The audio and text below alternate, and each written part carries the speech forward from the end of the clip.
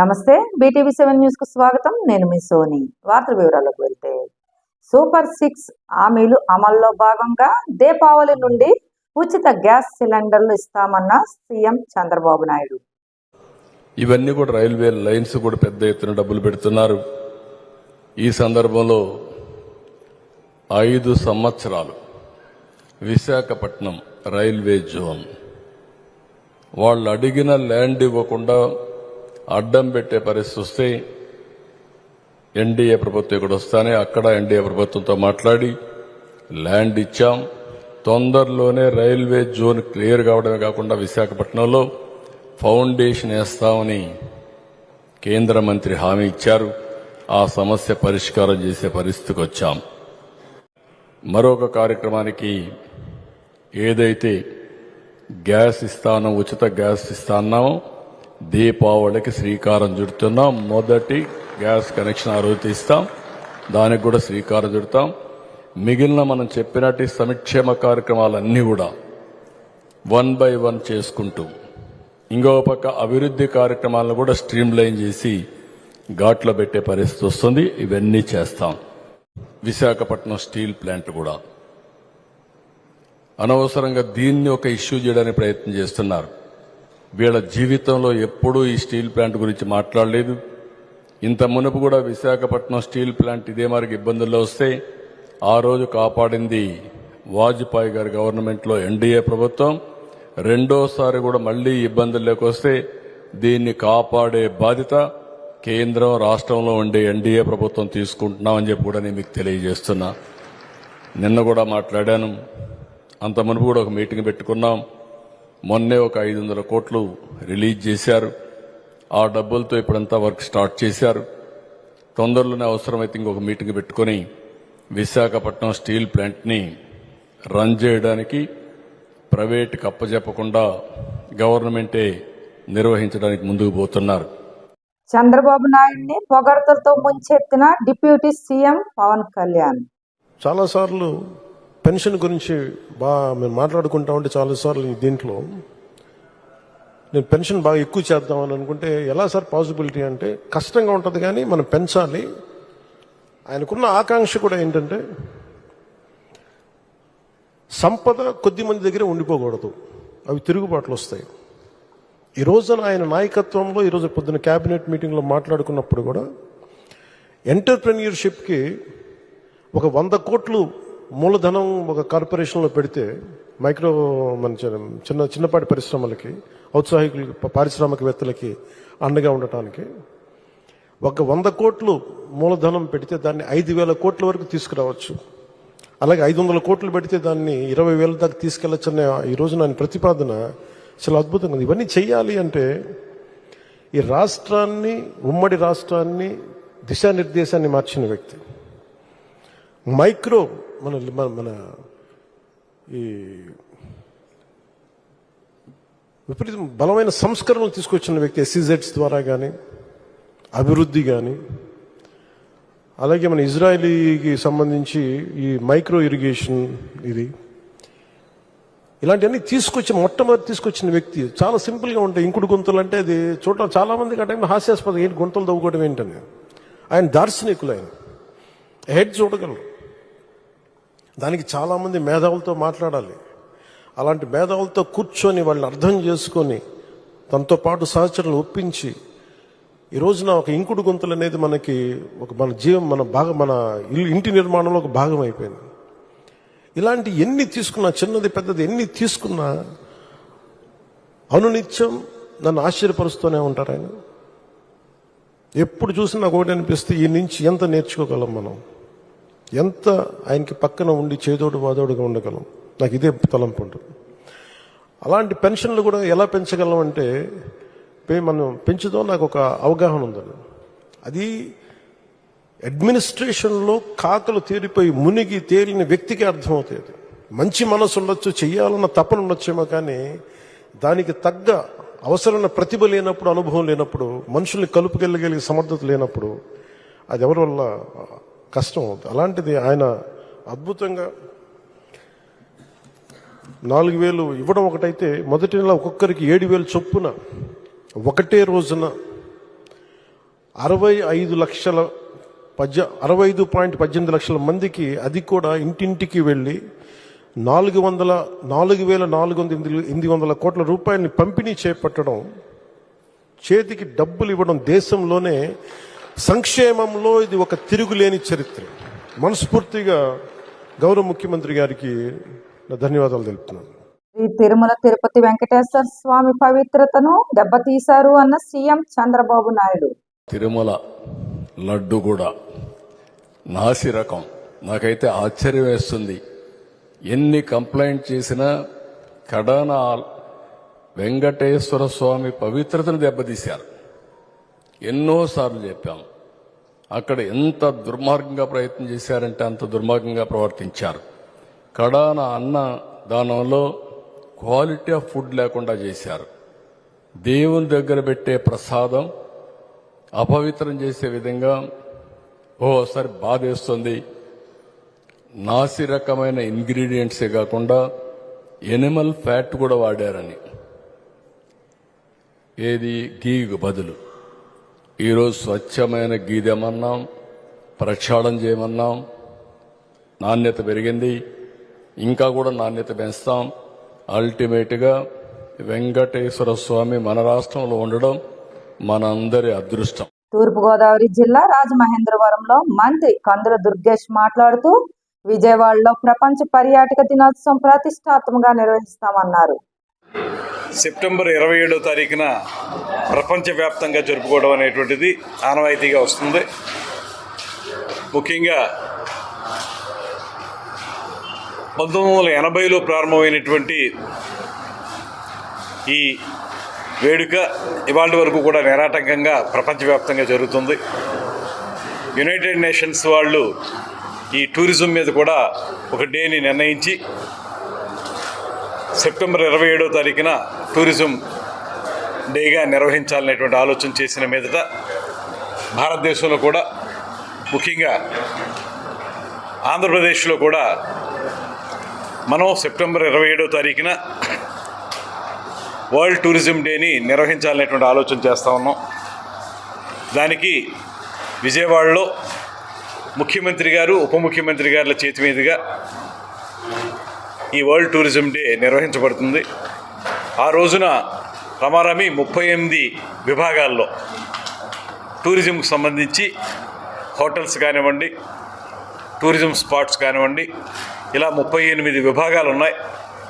38 విభాగాలు అంటే దేశవ్యాప్తంగా, ప్రపంచవ్యాప్తంగా 30 టూరిజంకి సంబంధించి బ్లాగ్ ఏదైతే ఉంటుందో దానికి కూడా ఒక అవార్డు ప్రకటించడం జరుగుతుంది. ఇలా 38 విభాగాల్లో ఇచ్చేటువంటి టూరిజం అవార్డులు సెప్టెంబర్ 27వ తారీఖున ముఖ్యమంత్రి గారు చంద్రబాబు నాయుడు గారు, ఉప ముఖ్యమంత్రి పవన్ కళ్యాణ్ గారుల చేతుల మీదుగా ఈ కార్యక్రమం నిర్వహించబడుతుంది. ఇది వరల్డ్ టూరిజంకి సంబంధించి చేస్తున్నటువంటి కార్యక్రమం. దాంట్లో భాగంగా మీ అందరికీ నేను మనవి చేసేది, ఇవాళ ఆంధ్రప్రదేశ్ ప్రభుత్వం టూరిజంకి పెద్దపీట వేస్తున్నటువంటి సందర్భాన్ని మీ అందరికీ గుర్తు చేస్తా ఉన్నాం. గడిచిన 5 సంవత్సరాల కాలంలో ఏ రకమైనటువంటి ప్రగతి లేకుండా టూరిజం శాఖ నిద్రపోయే పరిస్థితుల్లో ఉన్నటువంటి నేపథ్యంలో దృష్టిలో పెట్టుకుని తిరిగి టూరిజంని పట్టాలెక్కించాలనేటువంటి ఆలోచనతో ముఖ్యమంత్రి గారు చేసిన సూచనలు, ఆయన ఇచ్చినటువంటి మార్గనిర్దేశకత్వం, దాంతోపాటు పవన్ కళ్యాణ్ గారికి ప్రత్యేక అభిమాన సబ్జెక్ట్ అయినటువంటి టూరిజం, వీటి దృష్ట్యా రాబోయే 5 సంవత్సరాల కాలంలో కూడా రాష్ట్రంలో అన్ని ప్రాంతాల్లో కూడా టూరిజం డెవలప్ చేయాలని ఆలోచన చేస్తూ ఉన్నాం. దాంతోపాటు ఇవాళ కేంద్ర ప్రభుత్వం కూడా ప్రత్యేకమైన దృష్టి సారిస్తూ ఉంది టూరిజం మీద. అందుకే జలశక్తి మంత్రిగా, సమర్థవంతమైన మంత్రిగా పేరు పొందినటువంటి గజేంద్ర సింగ్ షెకావత్ గారిని కేంద్ర టూరిజం శాఖ మంత్రిగా కల్చర్కి కూడా ఆయనే ఏర్పాటు చేయటం, దాని ద్వారా దేశంలో టూరిజం డెవలప్ చేయటం మాత్రమే కాకుండా రాష్ట్రాలకు ఇతోధికమైనటువంటి సేవలు అందించాలి. వైఎస్ జగన్ ఆదేశాలతో ఆయన నాయకత్వంలో వరద ప్రభావిత ప్రాంతాల్లో 50,000 కుటుంబాలకు నిత్యావసర సరుకులు అందజేయడం జరుగుతుందని దేవినేని అవినేష్ అన్నారు. ఈరోజు 15వ డివిజన్లో డిప్యూటీ మేయర్ బెల్లం దుర్గా గారు, అదేవిధంగా పెద్దలు వైఎస్ఆర్ కాంగ్రెస్ పార్టీ సీనియర్ నాయకులు ఆళ్ళ చల్లారావు గారు ఒక నాయకత్వంలో ఏదైతే పెద్దలు గౌరవనీయులు జగన్మోహన్ రెడ్డి గారి ఒక ఆదేశాలతో ఆయన నాయకత్వంలో విజయవాడ వరద ప్రాంతంలో ఎవరైతే ఇబ్బంది పడిన ప్రజానీకం ఉన్నారో పార్టీ తరపున దాదాపుగా 1,10,00,000 రూపాయలు ఈరోజు వాళ్ళకి అందజేసే నిత్యావసర సరుకులు అందజేసే కార్యక్రమం 15 డివిజన్లో చేస్తాం జరుగుతుంది. దాదాపుగా 50,000 కుటుంబాలకి విజయవాడ నగరం మొత్తం కూడా 50,000 కుటుంబాలకి ఈరోజు కావాల్సిన సరుకులు ఏదైతే బెల్లం కానివ్వండి, ఆయిల్ కానివ్వండి, కందిపప్పు, అదేవిధంగా గోధుమ రవ్వ కానివ్వండి, అదేవిధంగా పాలు కానివ్వండి, బిస్కెట్ ప్యాకెట్లు కానివ్వండి, ఒక కుటుంబంలో ఉల్లిపాయలు, బంగాళ ఈరోజు జగన్మోహన్ రెడ్డి గారు ఒక నాయకత్వంలో అందజేస్తాం జరుగుతుంది. ఈరోజు చాలా బాధాకరమైన విషయం. ఎందుకంటే ఈ ప్రాంతంలో గతంలో ఎప్పుడన్నా నీళ్ళు వచ్చినా ఆ రోజు డిప్యూటీ మేయర్ గారు బెల్లం దుర్గా గారు కానివ్వండి, పెద్దలు చెల్లారావు గారు కానివ్వండి, అధికారులతో మాట్లాడి మోటార్లు ఏర్పాటు చేసి వెంటనే ఆ నీళ్ళన్నీ గారా బయటికి తోరేసే విధంగా ఆ రోజు అధికారులతో సమన్వయం చేస్తున్నారు. కానీ ఈరోజు మోటార్లు పెట్టమని చెప్పిన అడిగితే గారా అంటే వాళ్ళు వైఫల్యం, నిర్లక్ష్యం, ఎక్కడా గారా ప్రజానికానికి మంచి చేయాలని చెప్పిన ఒక ఉద్దేశం ప్రభుత్వ అధికారులకు కానివ్వండి, ప్రభుత్వానికి కానివ్వండి, స్థానిక శాసనసభ్యులు కానీ ఎవరికి కానీ లేదు. కేవలం ప్రమోషన్ రాజకీయాలు ప్రమోట్ అయ్యే విధంగా, వాళ్ళకు సంబంధించిన మీడియాలో ప్రమోట్ అయ్యే విధంగా మాత్రమే మొన్న జరిగిన వరదల్లో ప్రభుత్వం ప్రవర్తించింది. ఈరోజు అనేక ఇబ్బందులు. ఈరోజు ఈ ప్రాంతంలో ఎక్కడైతే నీళ్ళు వచ్చినాయో పాపం వాళ్ళ ఇళ్లలో గారి పరిస్థితి, ఫ్రిడ్జ్లు, టీవీలు, మంచాలు, వాళ్ళ ఇంట్లో ఏదైతే జీవితాంతం కష్టపడి సంపాదించుకున్న వస్తువులు ఉన్నాయో అవన్నీ గారు పారైపోయినాయి. వాళ్ళందరికీ డబ్బులు ఇవ్వకుండా మొన్న ఎక్కడో చూసా 10,000 ఇచ్చేస్తున్నారంట. లక్షల్లో నష్టం జరిగితే ఈరోజు 10,000 ఇచ్చే కార్యక్రమం ఈరోజు ఈ ప్రభుత్వం చేస్తుంది. ఈరోజు ఎట్టి పరిస్థితుల్లో గారు 10,000 కాదు, వాళ్ళకి జరిగిన నష్టంతో పాటు ₹1,00,000 ప్రతి ఇంటికి గారా ప్రభుత్వం ఇవ్వాలని చెప్పి ఈరోజు మేము అందరం గారు డిమాండ్ చేస్తాం. ఈరోజు మేము ఓడిపోయినా ఎక్కడ గారు బాధపడకుండా బాధ్యతగా ప్రజానికానికి మంచి చేయాలని చెప్పిన ఉద్దేశంతో జగన్మోహన్ రెడ్డి గారు ఒక నాయకత్వంలో ఈరోజు నిత్యావసర సరుకుల పంపిణీ కార్యక్రమం చేస్తున్నాం.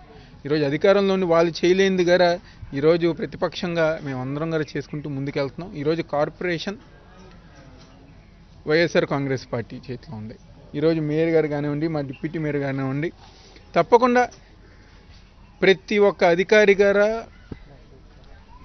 వీళ్ళ మాట వినాల్సిందే. సమన్వయం చేసుకుంటూ ప్రజానికానికి కావాల్సిన ప్రతి ఒక్కటి గారా చేసుకుంటూ ముందుకు వెళ్తామని గారా ఈరోజు ఆ లాక్ సిస్టమ్లన్నీ గారా సరిగ్గా వదిలేసి పారైపోయి దాన్ని పట్టించుకునే వాళ్ళు లేరు. ఈరోజు తప్పకుండా మా దుర్గా గారు ఒక ఆధ్వర్యంలో ఆ లాక్ సిస్టమ్స్ కానివ్వండి, అదేవిధంగా ఈరోజు డివిజన్లో మరి ముఖ్యంగా నియోజకవర్గంలో ఎక్కడైతే వరద ప్రాంతంలో ఇబ్బంది పడిన ప్రాంతాలు ఉన్నాయో అవన్నీ గారా కార్పొరేషన్ ద్వారా దుర్గా గారు కానివ్వండి, మా మిగిలిన నాయకులు అందరూ ఒక సహకారంతో అవన్నీ గారా బాగు చేసుకుని ముందుకెళ్తాం సందర్భంగా చెప్తూ సెలవు తీసుకుంటాం. మహేంద్రవరంలో Lakshmi Ganapathi hitech bus travel agent and employees association ఆధ్వర్యంలో భారీ అన్నదానం నిర్వహించారు. వడ్డించే వాళ్ళు ఎవరన్నా ఉంటే కనుక కొంచెం వడ్డించండి.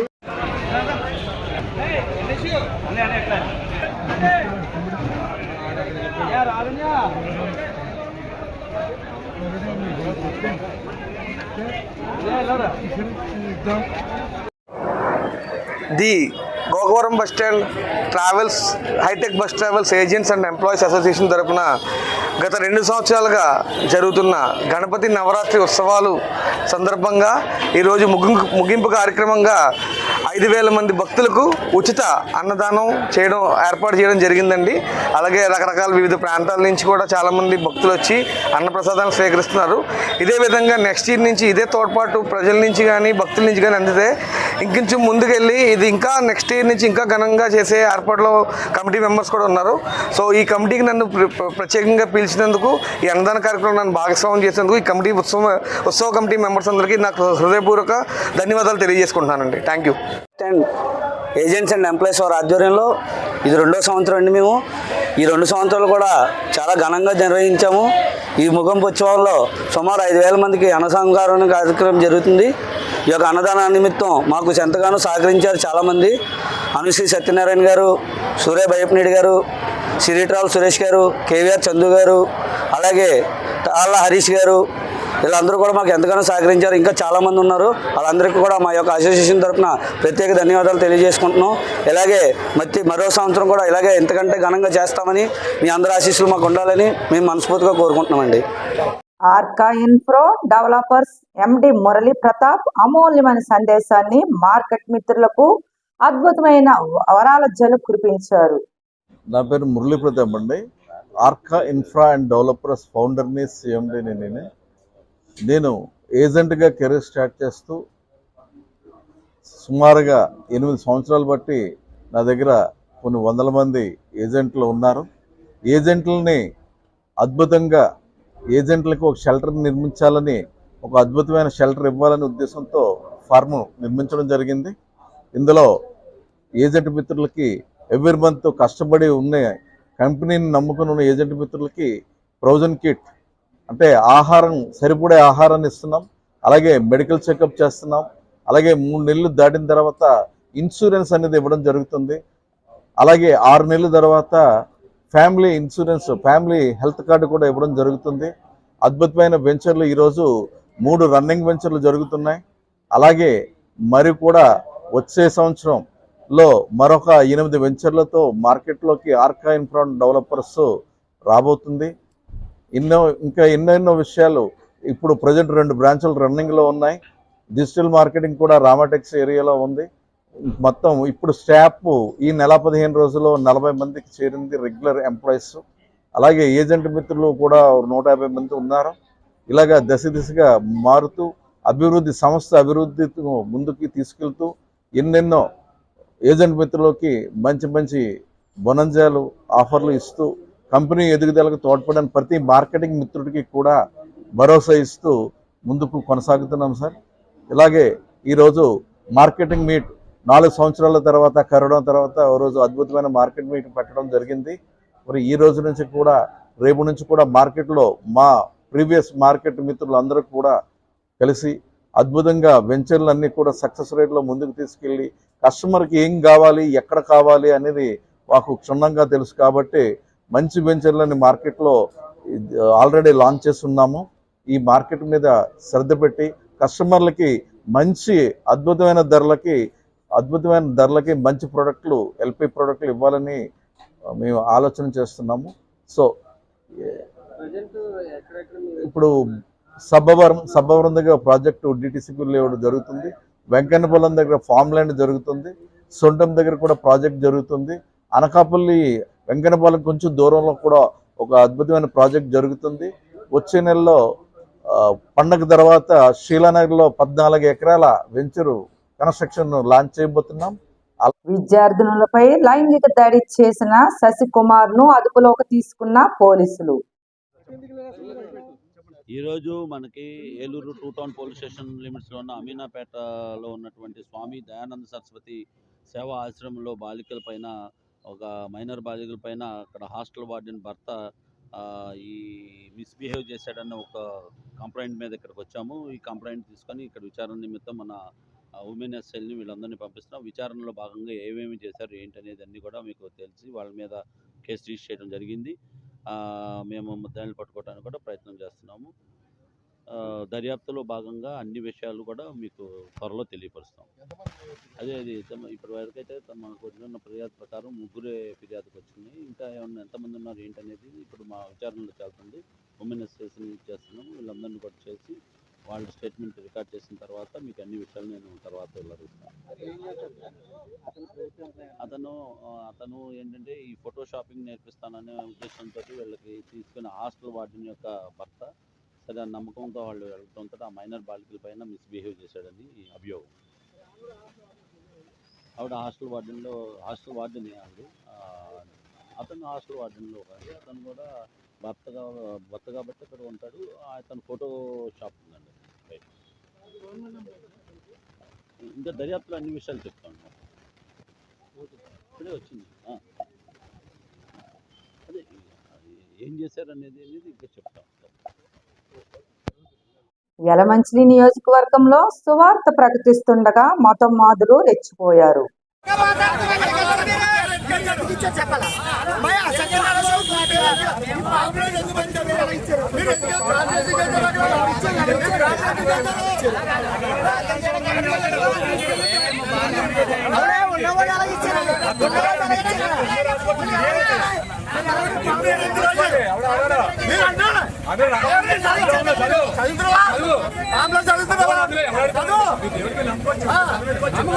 చెప్పండి దేవుని గురించి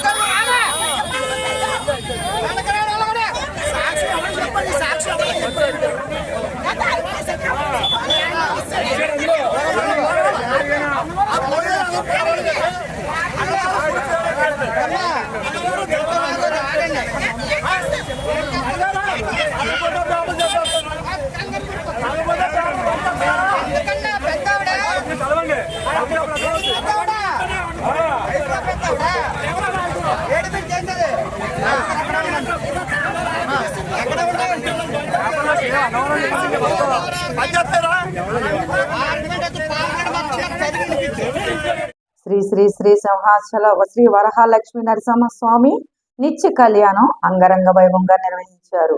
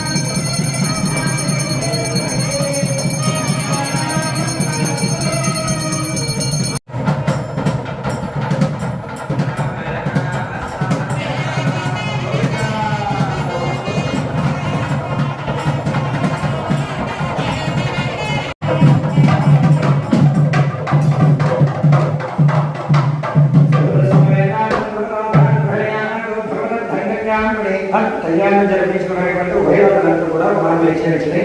మీరు